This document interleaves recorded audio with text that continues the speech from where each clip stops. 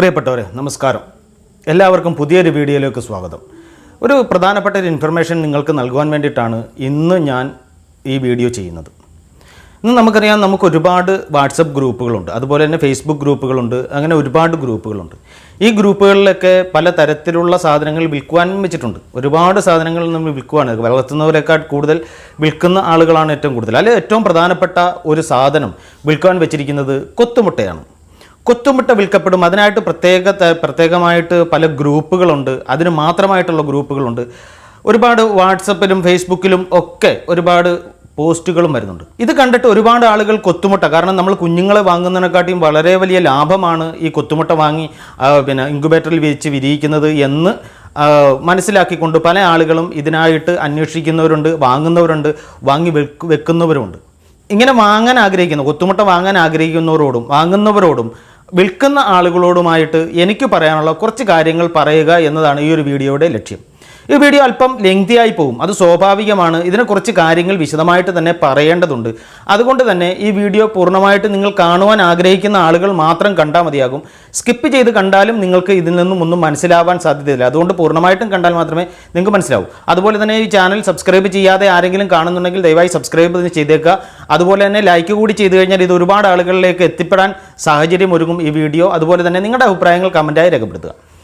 അപ്പോൾ എൻ്റെ ഒരു അനുഭവം എന്ന് പറയാൻ വേണമെങ്കിൽ, കാരണം ഞാനും തുടക്കകാലത്തിൽ കുറച്ച് കൊത്തുമുട്ടയൊക്കെ വാങ്ങി വെച്ചിരുന്നു, വളരെയധികം ഫെയിലുവറായിരുന്നു. എന്തുകൊണ്ട് ഫെയിലുവറായി, എന്തുകൊണ്ട് അത് പൂർണ്ണമായിട്ടും വിരിഞ്ഞില്ല, ഇതിൽ നിന്നൊരു ചിന്തയാണ് ഞാൻ ഇങ്ങനെ ഒരു വീഡിയോ, ഇങ്ങനെ ഒരുപാട് ഗ്രൂപ്പുകളിൽ നമ്മൾ ഒരുപാട് പോസ്റ്റുകൾ കാണുമ്പോൾ തന്നെ എനിക്ക് നിങ്ങൾക്ക് കുറച്ച് കാര്യങ്ങൾ നിങ്ങളോട് സംസാരിക്കണമെന്ന് തോന്നിയതിൻ്റെ അടിസ്ഥാനത്തിലാണ് ഞാൻ ഇന്ന് വീഡിയോ ചെയ്യുന്നത്. കൊത്തുമുട്ട തിരഞ്ഞെടുക്കുമ്പോൾ എന്താണ് കൊത്തുമുട്ട, അതാണ് ആദ്യം നമ്മൾ മനസ്സിലാക്കേണ്ടത്. കൊത്തുമുട്ട എന്ന് കേൾക്കുമ്പോൾ തന്നെ നമ്മൾ പല ആളുകളും ചാടി വീണ് വാങ്ങാറുണ്ട്. പല തരത്തിലുള്ള കൊത്തുമുട്ട, ഫാൻസി കൊത്തുമുട്ടകൾ വെക്കുന്നവരുണ്ട്, നാടൻ കോഴിമുട്ട വിൽക്കുവാൻ വെക്കുന്നുണ്ട്, എന്തിനേറെ പറയുന്നു കാടയുടെ കൊത്തുമുട്ട വരെ വിൽക്കുവാൻ വെക്കുന്നു. അതൊരു ബിസിനസ് തന്ത്രമായിട്ട് നമുക്ക് കാണാൻ വേണമെങ്കിൽ, കാരണം ഇന്ന് വളരെയധികം പ്രശ്നമാണ് മുട്ട വിൽക്കുവാൻ എന്നൊക്കെയുള്ള വളരെ പരക്കെ ഒരു അപഖ്യാതി ഉള്ള സമയമാണ്. പല ആളുകളും പറഞ്ഞ് പരത്തുന്നത് അങ്ങനെയാണ്. മുട്ട വിൽക്കാൻ ഏതെങ്കിലും ഒരു ഫാം തുടങ്ങുവാൻ ആഗ്രഹിക്കുമ്പോൾ തന്നെ, ആരെങ്കിലുമൊക്കെ അന്വേഷിക്കുമ്പോൾ തന്നെ പെട്ടെന്ന് പറയുന്നു യോ മുട്ട എങ്ങനെ വിൽക്കും, മുട്ട വിൽക്കാൻ നമുക്ക് കഴിയില്ലല്ലോ.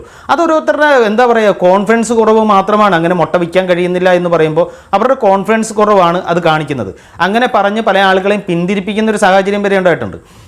ഇതിൽ നിന്ന് ഊർജ്ജം ഉൾക്കൊണ്ട്, ഈ ഒരു നെഗറ്റീവ് കമൻറ്റിൽ നിന്നും ഊർജ്ജം ഉൾക്കൊണ്ടാണ് പല ആളുകളും കൊത്തുമുട്ടയായിട്ട് ഈ കാര്യങ്ങളൊക്കെ വിൽക്കുവാൻ വെക്കുന്നതും. എനിക്കുണ്ടായ കുറച്ച് അനുഭവങ്ങൾ കൂടി ഞാൻ പറയാം. എങ്ങനെയാണ് എനിക്ക് സംഭവിച്ച കുറച്ച് കാര്യങ്ങൾ കൂടി പറയാം. അത് കേൾക്കുമ്പോൾ തന്നെ നിങ്ങൾക്ക് കുറച്ച് കാര്യങ്ങൾ മനസ്സിലാവും. കാരണം എനിക്ക് കിട്ടുന്നതെല്ലാം പറ്റിക്കലാണല്ലോ എന്ന് വിചാരിക്കരുത്. കാരണം ഇതൊക്കെ എൻ്റെ ഒരു എക്സ്പീരിയൻസ് ആണ്. ഞാൻ അനുഭവിച്ചറിഞ്ഞ കുറച്ച് കാര്യങ്ങൾ നിങ്ങളോട് ഷെയർ ചെയ്യുന്നു. ഞാൻ ആരെയും കുറ്റപ്പെടുത്തുന്നില്ല, ആരുടെയും പേരൊന്നും എടുത്ത് പറയുന്നില്ല, ആരെയും കുറ്റപ്പെടുത്തുന്നില്ല. അവരുടെയും അറിവുകേടായിരിക്കാം ഇങ്ങനെ സംഭവിക്കുന്നത്. കാരണം കൊത്തുമുട്ട വിൽക്കുന്ന ആളുകളുടെയും ഒരു അറിവുകേട് ഇതിനകത്തുണ്ട്, അതുപോലെ വാങ്ങുന്ന ആളുകളുടെയും ഒരു അറിവുകേടുണ്ട്. ഇതൊക്കെ ഞാൻ നേരിട്ട് പോയി വാങ്ങിയതല്ല ഇതൊന്നും. അതൊക്കെ ഞാൻ കൊറിയർ ചെയ്യിച്ച് വാങ്ങിയതായതുകൊണ്ട് തന്നെ എനിക്ക് നേരിട്ട് നോക്കി വാങ്ങാനും കഴിഞ്ഞിട്ടില്ല. അപ്പോൾ നമ്മൾ കൊത്തുമുട്ട എന്ന് പറഞ്ഞാൽ എന്താണ്, ആദ്യം നമുക്കതൊന്ന് ചിന്തിക്കാം.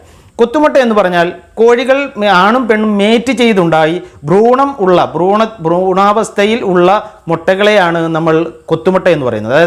അതായത് നമ്മൾ അടവെക്കുമ്പോഴോ ഇൻക്യുബേറ്ററിൽ വെക്കുമ്പോഴോ അതിൽ ഭ്രൂണം ഡെവലപ്പ് ചെയ്ത് വിരിഞ്ഞിറങ്ങാൻ സാധ്യതയുള്ള മുട്ടകളെയാണ് നമ്മൾ കൊത്തുമുട്ട എന്ന് പറയുന്നത്. ഈ കൊത്തുമുട്ട വാങ്ങുന്നവർ ശ്രദ്ധിക്കേണ്ടത്, അതുപോലെ തന്നെ വിൽക്കുന്ന ആളുകളും ശ്രദ്ധിക്കേണ്ട ഒരു കോമൺ ആയിട്ടുള്ള ഒരു കാര്യമുണ്ട്. കൊത്തുമുട്ട എല്ലാ മുട്ടകളും കൊത്തുമുട്ടയായിട്ട് പരിഗണിക്കാൻ കഴിയില്ല. ഒരിക്കലും നമുക്ക് എല്ലാ മുട്ടകളെയും കൊത്തുമുട്ടയായിട്ട് നമുക്ക് ഒരിക്കലും പരിഗണിക്കാൻ കഴിയില്ല. എന്തുകൊണ്ട്? കൊത്തുമുട്ട തിരഞ്ഞെടുക്കുമ്പോൾ തന്നെ പല കാര്യങ്ങൾ നമ്മൾ ശ്രദ്ധിക്കണം. ആദ്യമായിട്ട് നമ്മൾ ശ്രദ്ധിക്കാനുള്ള ഒരു കാര്യം, കൊത്തുമുട്ട എപ്പോഴും ഒരേ വലിപ്പമുള്ളതായിരിക്കണം. അതായത് നമ്മൾ സാധാരണഗതിയിൽ ഒരു സാധാരണ നാടൻ കോഴിമുട്ട എന്ന് പറയുമ്പോൾ ഒരു 40-45 ഗ്രാം തൂക്കമുണ്ടാവും സാധാരണ ചെറിയ മുട്ടകൾ. അതായത് ഈ ടൈപ്പ് ഇതാണ് നാടൻ കോഴിമുട്ട. ചെറിയ മുട്ട എന്ന് പറയുമ്പോൾ നാടൻ കോഴിയുടെ മുട്ട ഇതാണ്. ഈ നാടൻ കോഴിയുടെ മുട്ടയും ഫാൻസി കോഴിമുട്ടയും ഇതേ ഒരു വലിപ്പത്തിലായിരിക്കും ഇരിക്കുക. ഈ മുട്ടകൾ വാങ്ങുന്ന ആളുകൾ പ്രത്യേകമായിട്ട് ശ്രദ്ധിക്കേണ്ട ഒരു കാര്യം, ഈ മുട്ടകൾ എപ്പോഴും ഒരേ വലിപ്പമുള്ള മുട്ടകളായിരിക്കണം. ഞാനൊരു എക്സാമ്പിൾ കാണിച്ചു തരാം. അതായത് നമുക്കിപ്പോൾ ഈ മുട്ട എന്ന് പറയുമ്പോൾ ഈ 2 തരത്തിലുള്ള മുട്ടയാണ്. ഈ 2 തരത്തിലുള്ള മുട്ട, ഇതിൻ്റെ അളവ് നോക്കിക്കോളൂ. ഈ 2 മുട്ടയും 2 വ്യത്യസ്ത അളവുകളിലാണുള്ളത്, വ്യത്യസ്ത വലിപ്പത്തിലാണ്, വ്യത്യസ്ത ഷേപ്പിലാണുള്ളത്. അതുപോലെ തന്നെ ഇതിൻ്റെ മറ്റൊരു രീതിയിലുള്ള മുട്ട ഞാൻ കാണിച്ചു തരാം. ഈ മുട്ട ഉണ്ടോ, ഈ മുട്ടയും നാടൻ കോഴി മുട്ടയാണ്. ഇതും 2 അളവിലുള്ള മുട്ടയാണ്. പക്ഷേ ഇതിൽ ഏതാണ് വിരിയാൻ സാധ്യത കൂടുതലുള്ളത്? ഇത് വിരിയാൻ സാധ്യത കൂടുതലുള്ളത് നമുക്ക് ഈ മുട്ട നമുക്ക് വിരിയാൻ സാധ്യത കൂടുതലും ഇത് വിരിയാൻ സാധ്യത കുറവുമാണ്. എന്തുകൊണ്ട്? ഇതിൻ്റെ രണ്ടിൻ്റെയും അളവ് നോക്കൂ, വ്യത്യാസം നോക്കൂ. ഇത് വളരെയധികം തൂക്കം കുറഞ്ഞ മുട്ടയാണ്. അതുപോലെ തന്നെ ഇത് തൂക്കം കുറഞ്ഞ മുട്ട ആയതുകൊണ്ട് തന്നെ ഇത് നമുക്ക് വിരിയാൻ വളരെ സാധ്യത കുറവാണ്. നമുക്ക് ഈ മുട്ട ഏകദേശം നമുക്കൊരു 50 ഗ്രാമിനടുത്ത് തൂക്കം ഉണ്ടാവും. ഈ മുട്ട 50 ഗ്രാമിന് തൂക്കം ഉണ്ടാവും. പക്ഷേ ഇതിൻ്റെ ഷേപ്പാണ് ഇതിനകത്ത് ഏറ്റവും പ്രധാനമായിട്ടുള്ളത്. ഈ ഒരു ഷേപ്പ് നമുക്ക് ഏകദേശം ഒരേ ഷേപ്പിലുള്ള മുട്ടകൾ നമുക്ക് തിരഞ്ഞെടുക്കണം. ഈ മുട്ടയും 50 ഗ്രാം തന്നെയാണ്. ഈ മുട്ട 50 ഗ്രാം തന്നെയുണ്ട്. ഈ മുട്ടയും 50 ഗ്രാം ഉണ്ട്. പക്ഷേ ഈ മുട്ട വളരെയധികം നീളം കൂടിയ മുട്ടയാണ്. ഇത് ഒരിക്കലും ഷേപ്പില്ലാത്ത മുട്ട ആയതുകൊണ്ട് തന്നെ ഈ മുട്ട വിരിയാൻ സാധ്യത വളരെ കുറവാണ്. ഇതും രണ്ടും 50 ഗ്രാം ആണ്. പക്ഷേ വിരിയാൻ സാധ്യത കൂടുതലുള്ളത് ഈ മുട്ടയാണ്. എന്തുകൊണ്ട്? ഒരേ ഷേപ്പ് ഒരേ ലെവലിലുള്ള ഒരു കാണാൻ തന്നെ ഒരു ഭംഗിയുള്ള തരത്തിലുള്ള മുട്ടകൾ ആണ്. പിന്നെ മറ്റൊന്ന് ഇങ്ങനെ നമ്മൾ നോക്കി എടുക്കുക. അതുപോലെ നമുക്ക് ഒരുപാട് ടൈപ്പ് വെറൈറ്റി മുട്ടകൾ നമുക്കിത് ഈ മുട്ട വിരിയാൻ സാധ്യത വളരെ കുറവാണ്. കാരണം ഇതിന് ഷേപ്പില്ലാത്ത മുട്ട നമുക്ക് ഈ ഒരു മുട്ടയും നമുക്ക് വിരിയാൻ സാധ്യത കുറവാണ്. നമുക്കിത് ഈ മുട്ട നമുക്ക് വിരിയാൻ സാധ്യത കൂടുതലുള്ള മുട്ടയാണ്. എന്തുകൊണ്ട്? ഇത് നമുക്ക് ഒരുമാതിരി നമുക്ക് ഷേപ്പ് കൂടുതലുള്ള മുട്ടയാണിത്. നമുക്ക് ഈ 2-3 കാര്യങ്ങൾ പ്രധാനമായിട്ടും ശ്രദ്ധിക്കണം. മറ്റൊന്ന് നമുക്ക് ശ്രദ്ധിക്കേണ്ട കാര്യം, ഈ കോഴിമുട്ടയിൽ നമ്മൾ അടവെക്കുമ്പോഴോ ഇൻക്യുബേറ്ററിൽ വെക്കുമ്പോഴോ ഈ കോഴിമുട്ടയിൽ ഉണ്ടാകുന്ന ഫ്രാക്ചറുകൾ, എന്തെങ്കിലുമൊക്കെ ചെറിയ രീതിയിലുള്ള കാര്യങ്ങൾ, അതായത് നിങ്ങൾക്ക് പ്രത്യേകിച്ച് നമ്മൾ കൊടുക്കുന്ന ആളുകൾ, ഈ മുട്ടയുമായിട്ട് കൊത്തുമുട്ട വിൽക്കുവാൻ വെക്കുന്ന ആളുകൾ നിർബന്ധമായിട്ടും ശ്രദ്ധിക്കേണ്ടത് നിങ്ങൾ പറ്റിക്കാതിരിക്കുക. നിങ്ങൾ കോഴികൾ അതിൻ്റെ റേഷ്യോയിൽ പൂവൻ കോഴികൾ മേറ്റ് ചെയ്തു എന്ന് ഉറപ്പുള്ള മുട്ടകൾ മാത്രം ഒരേ ലെവലിലുള്ള ഒരേ ഷേപ്പിലുള്ള ഒരേ തൂക്കത്തിലുള്ള മുട്ടകൾ മാത്രം നിങ്ങൾ വിൽക്കുവാൻ ശ്രമിക്കുക. കാരണം മാർക്കറ്റിൽ സാധാരണ മുട്ടയ്ക്ക് ഉള്ള വിലയുടെ ഇരട്ടി വിലയാണ് നിങ്ങൾ കൊത്തുമുട്ടയ്ക്ക് വാങ്ങുന്നത്. ഇങ്ങനെയുള്ളപ്പോൾ ആ കോഴിയുടെ മുട്ടകൾ പരിപൂർണമായിട്ടും ആ കസ്റ്റമർ വാങ്ങുമ്പോൾ ആ മുട്ടകൾ അവർക്ക് പ്രയോജനപ്പെടത്തക്ക രീതിയിൽ മാത്രമേ നിങ്ങൾ ഡെലിവറി ചെയ്യാൻ പാടുള്ളൂ. അവർ വന്ന് നോക്കുന്ന ഒരു സാഹചര്യത്തിലല്ല ഇപ്പോൾ ഒറ്റ കച്ചവടവും നടക്കുന്നത്. അതായത് നിങ്ങൾ ഓർഡർ ചെയ്യുന്നു, പൈസ ബാങ്കിലേക്ക് ഇടുന്നു, അതിനനുസരിച്ചുള്ള നിങ്ങൾ ക്വാണ്ടിറ്റിയിൽ ആ മുട്ടകൾ നിങ്ങൾക്ക് ഡെലിവറി ചെയ്ത് കൊടുക്കുന്നു. ഇതാണ് നിങ്ങൾ സാധാരണ ഇപ്പോൾ ചെയ്യാറുള്ളത്. അങ്ങനെ ഒരിക്കലും നിങ്ങൾ ചെയ്യുമ്പോൾ നിർബന്ധമായിട്ടും ഈ മുട്ടകൾ ഒരേ ഷേപ്പിലുള്ള മുട്ടകളാവണം. അതുപോലെ തന്നെ ഒരേ ഭാരമുള്ള ഏകദേശം ഒരു 50 ഗ്രാമെങ്കിലും ഭാരമുള്ള മുട്ടകൾ മാത്രം കൊത്തുമുട്ടയായിട്ട് തിരഞ്ഞെടുത്ത് കൊടുത്തു കൊടുക്കുക. അതുപോലെ തന്നെ നിങ്ങൾ എത്ര ദിവസം, ഇപ്പോൾ സാധാരണഗതിയിൽ ഒരു 10, 20, 30 ഒക്കെ കോഴികൾ മാത്രമുള്ള ആളുകൾ പോലും പൊത്തുമുട്ട വിൽപ്പനയ്ക്ക് വെക്കുന്നുണ്ട്. ഒരു 30 കോഴിയിൽ നിന്ന് നമുക്ക് പ്രതീക്ഷിക്കാവുന്ന ഒരു മുട്ട എന്ന് പറയുന്നത് 30 കോഴിയിൽ നിന്നോ അല്ലെങ്കിൽ 20 കോഴിയിൽ നിന്നോ ഒക്കെ പ്രതീക്ഷിക്കാവുന്ന മുട്ട എന്ന് പറയുന്നത് പകുതി % മാത്രമേ മുട്ട പ്രതീക്ഷിക്കാൻ കഴിയൂ ഒരു ദിവസം. അതിൽ നിന്ന് തന്നെ തിരഞ്ഞെടുത്ത് മാറ്റിക്കഴിഞ്ഞാൽ അതിൻ്റെ പകുതിയാകും. കാരണം ഒരു ദിവസം നമുക്കൊരു 10 മുട്ട കിട്ടുകയാണെങ്കിൽ അതിൽ നിന്ന് നമ്മൾ ഓരോ കൊത്തുമുട്ട ശേഖരിച്ച് അതിൻ്റെ ശരിയായിട്ടുള്ള ഒരു അളവിലും തൂക്കത്തിലും വലിപ്പത്തിലും ഷേപ്പിലും ഒക്കെയുള്ള മുട്ടകൾ തിരഞ്ഞെടുത്ത് വരുമ്പോൾ ആ മുട്ടകളുടെ % വീണ്ടും കുറയും. അത് 10 മുട്ട എന്ന് പറയുമ്പോൾ ചിലപ്പോൾ 5 മുട്ടയാകും തിരഞ്ഞെടുത്ത് വരുമ്പോൾ. ഈ 5 മുട്ട തന്നെ ഉള്ള ആളുകൾ നമ്മൾ ചോദിക്കുമ്പോൾ എത്ര മുട്ട വേണമെങ്കിലും തരാമെന്ന് പറയുന്നത് എങ്ങനെയാണ്? നമുക്കൊരിക്കലും അങ്ങനെ പറയാൻ ഒരിക്കലും കഴിയില്ല. കാരണം ഈ മുട്ട നമ്മൾ കോഴി ഇട്ടതിന് ശേഷം, കോഴി എന്ന് മുട്ടയിടുന്നു അതിനുശേഷം 5-6 ദിവസത്തിനുള്ളിൽ നമ്മൾ അത് ഇൻക്യുബേറ്ററിൽ അല്ലെങ്കിൽ അടവെക്കുവാൻ വെക്കണം. അല്ലെങ്കിൽ ആ മുട്ടകൾ ഒരു കാരണവശാലും വിരിയില്ല. പഴക്കമുള്ള മുട്ടകൾ ഒരു കാരണവശാലും നിങ്ങൾ കൊടുത്തുവിടാതിരിക്കുക. കാരണം ഓരോ കർഷകനും നിങ്ങൾക്ക് നൽകുന്ന തുക അത് വളരെയധികം വിലപ്പെട്ടതാണെന്നുള്ള ഒരു കാര്യം നിങ്ങൾ മനസ്സിലാക്കുക. അതുപോലെ തന്നെ 5ാമത്തെ ദിവസം കസ്റ്റമറുടെ കയ്യിൽ കിട്ടി ആ മുട്ടകൾ അന്ന് തന്നെ അടവെക്കാനുള്ള ഒരു നിർദ്ദേശവും കൂടി കൊടുത്ത് നല്ല രീതിയിൽ അത് കെയർ ചെയ്ത് നിങ്ങൾ വിൽക്കുവാൻ ശ്രമിക്കുക. അതുപോലെ വാങ്ങുന്ന ആളുകളും പ്രത്യേകമായിട്ട് ഈ തരുന്ന ആളുകളോട് ചോദിക്കേണ്ട ഒരു കാര്യം, നിങ്ങൾ എത്ര ദിവസമായി ഈ പേരന്റ് സ്റ്റോക്കിൻ്റെ ഫോട്ടോ, പേരന്റ് സ്റ്റോക്കിൻ്റെ റേഷ്യോ, അതുപോലെ തന്നെ മുട്ടയുടെ അളവ് തീർച്ചയായിട്ടും നിങ്ങൾ തുറന്ന് പറയണം. ഞങ്ങൾക്ക് ഇത്ര ഗ്രാമുള്ള മുട്ട തന്നെ വേണം, അത് ഒരേ ഷേപ്പിലുള്ള മുട്ടകൾ തന്നെ വേണം, പല ഷേപ്പിലുള്ള മുട്ടകൾ നമുക്ക് വേണ്ട തുടങ്ങിയ കാര്യങ്ങൾ നിർബന്ധമായിട്ടും അവരോട് പറഞ്ഞ് സമ്മതിച്ച് എഗ്രിമെൻ്റ് ഉണ്ടാക്കിയതിന് ശേഷം പൈസ ഇട്ട് കൊടുക്കുകയോ അല്ലെങ്കിൽ നിങ്ങളുടെ കയ്യിൽ പകുതി പൈസ ഇട്ട് കൊടുത്തതിന് ശേഷം നിങ്ങളുടെ കയ്യിൽ കിട്ടിയതിന് ശേഷം ബാക്കി തുക ഇട്ട് കൊടുക്കുന്ന രീതിയിലുള്ള ഒരു കച്ചവടം മാത്രമേ നിങ്ങൾ ചെയ്യാവൂ. കാരണം എനിക്ക് പറ്റിയ അബദ്ധം അങ്ങനെയാണ്. ഞാൻ കുറേ മുട്ടകൾ 600ഓളം മുട്ടകൾ 500ഓളം മുട്ടകൾ ഓർഡർ ചെയ്തു. പല ആളുകളുടെ നിന്നായിട്ട് പല മുട്ടകളും ഇതേപോലെ ചെറിയ മുട്ടകളുണ്ടായിരുന്നു, വലിയ മുട്ടകളുണ്ടായിരുന്നു, പല തരത്തിലുള്ള മുട്ടകളുണ്ടായിരുന്നു. അതുപോലെ തന്നെ ഷേപ്പ് വ്യത്യാസമുള്ള മുട്ടകൾ, അതുപോലെ പഴക്കമുള്ള മുട്ടകളൊക്കെ ഉണ്ടായിരുന്നു. എനിക്ക് വളരെ തുച്ഛമായ ഒരു ശതമാനം മാത്രമേ വിരിഞ്ഞ് കിട്ടിയുള്ളൂ.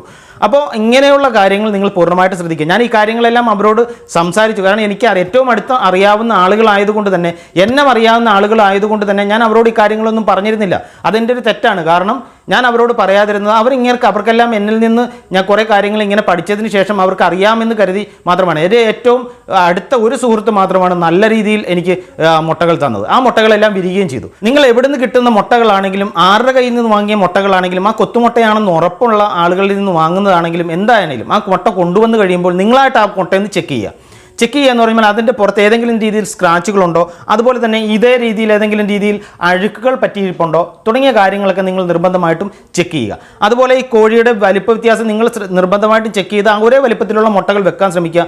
ഇങ്ങനെയുള്ള അഴുക്കുകളെല്ലാം നിങ്ങൾ നന്നായിട്ട് ക്ലീൻ ചെയ്തതിന് ശേഷം, നല്ല നനഞ്ഞ തുണി കൊണ്ട് ക്ലീൻ ചെയ്തതിന് ശേഷം മാത്രം നിങ്ങൾ ഇൻക്യുബേറ്ററിൽ വെക്കുക.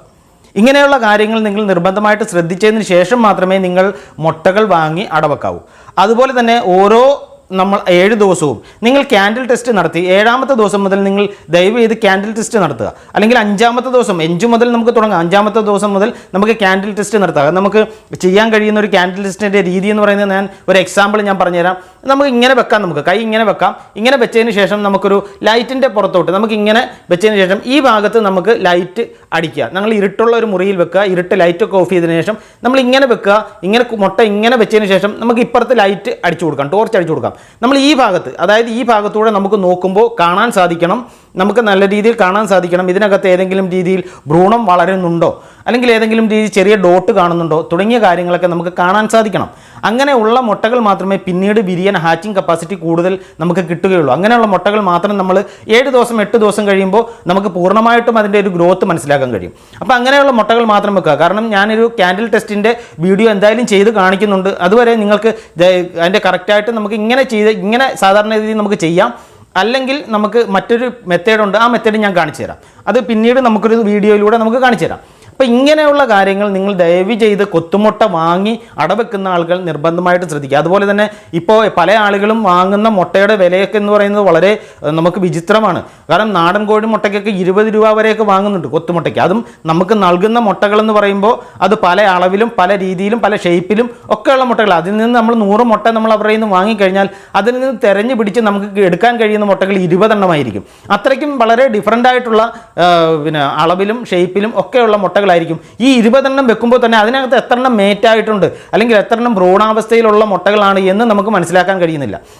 അത് വിൽക്കുന്ന ആളുകളുടെ റെസ്പോൺസിബിലിറ്റിയാണ്. ദയവ് ചെയ്ത് നിങ്ങൾ വിൽക്കുന്ന ആളുകൾ നന്നായിട്ട് സത്യസന്ധമായിട്ട് നിങ്ങൾ മേറ്റ് ചെയ്തതാണെന്ന് ഉറപ്പ് വരുന്ന മുട്ടകൾ മാത്രം കൊത്തുമുട്ടയായിട്ട് വിൽക്കുക. വാങ്ങുന്ന ആളുകളും ഇങ്ങനെയുള്ള കാര്യങ്ങൾ ശ്രദ്ധിച്ചതിന് ശേഷം മാത്രം വാങ്ങുക. അതുപോലെ തന്നെ നിങ്ങൾ മുട്ട വെക്കുന്ന തീർച്ചയായിട്ടും നല്ല ഇൻക്യുബേറ്ററിൽ നിങ്ങൾ നല്ല രീതിയിൽ അത് അണുനശീകരണം നടത്തി മാത്രം വെക്കുക. അല്ലെങ്കിൽ നിങ്ങൾ കൊണ്ടുവരുന്ന മുട്ടയിൽ നിന്ന് ഏതെങ്കിലും ഇൻഫെക്ഷൻ ഉണ്ടെങ്കിൽ പോലും ബാക്കിയുള്ള മുട്ടകൾക്ക് ബാധിക്കാതിരിക്കാൻ. അതുപോലെ ഉറുമ്പിൻ്റെ ശല്യം ഇപ്പോൾ വളരെയധികം കാണുന്നൊരു ശല്യം എന്നത് ഉറുമ്പിൻ്റെ ശല്യമാണ്. ഒരു കാരണവശാലും ഉറുമ്പ് ഇൻക്യുബേറ്ററിൽ അകത്തേക്ക് കയറാനോ ഉള്ള സാഹചര്യം ഉണ്ടാക്കാതിരിക്കുക. ആ ഇൻക്യുബേറ്ററിൽ ഉറുമ്പ് കയറി കഴിഞ്ഞാൽ തന്നെ അവിടെ നമ്മൾ എന്തായാലും ഉറുമ്പിനെ നശിപ്പിക്കാൻ വേണ്ടിയിട്ട് നമ്മൾ എന്തെങ്കിലും ഒരു വിഷപ്രയോഗം നടത്തേണ്ടി വരും. ആ ഒരു വിഷപ്രയോഗം കോഴികളുടെ മുട്ടകളെ നമുക്ക് ബാധിക്കുകയും അതിൻ്റെ ഹാച്ചിങ് കപ്പാസിറ്റി കുറയാൻ സാധ്യതയുണ്ട്. അതുപോലെ നമ്മൾ ഇൻക്യുബേറ്ററിൽ ഹ്യൂമിഡിറ്റി പ്രോബ്ലം നമ്മൾ ക്ലിയർ ചെയ്യുക, അതുപോലെ ടെമ്പറേച്ചർ കറക്റ്റായിട്ട് ചെയ്യുക തുടങ്ങിയ കാര്യങ്ങളൊക്കെ നമ്മൾ നിർബന്ധമായിട്ട് ചെയ്യുക. അതിനെക്കുറിച്ചൊന്നും ഞാൻ വിശദീകരിക്കുന്നില്ല. അപ്പോൾ ഇങ്ങനെയുള്ള കുറച്ച് കാര്യങ്ങൾ നിങ്ങൾ ശ്രദ്ധിച്ചതിന് ശേഷം മാത്രം നിങ്ങൾ മുട്ടകൾ വിൽക്കുവാനും വാങ്ങുന്ന ആളുകൾ അത് വാങ്ങുവാനും ശ്രദ്ധിക്കുക. അപ്പോൾ നിങ്ങൾക്ക് എല്ലാവർക്കും ഈ വീഡിയോ ഇഷ്ടപ്പെട്ടു എന്ന് കരുതുന്നു. ഇഷ്ടപ്പെട്ടാൽ നിങ്ങൾ തീർച്ചയായിട്ടും ലൈക്ക് ചെയ്യുക, നിങ്ങളുടെ അഭിപ്രായങ്ങൾ കമൻറ്റ് ചെയ്യുക. തീർച്ചയായിട്ടും ഇങ്ങനെയുള്ള കാര്യങ്ങൾ ശ്രദ്ധിച്ചു മാത്രം നിങ്ങൾ മുട്ടകൾ ശേഖരിച്ച് അടവെക്കുക. അപ്പോൾ നമുക്ക് മറ്റൊരു വീഡിയോ ആയിട്ട് വീണ്ടും കാണാം. നന്ദി, നമസ്കാരം.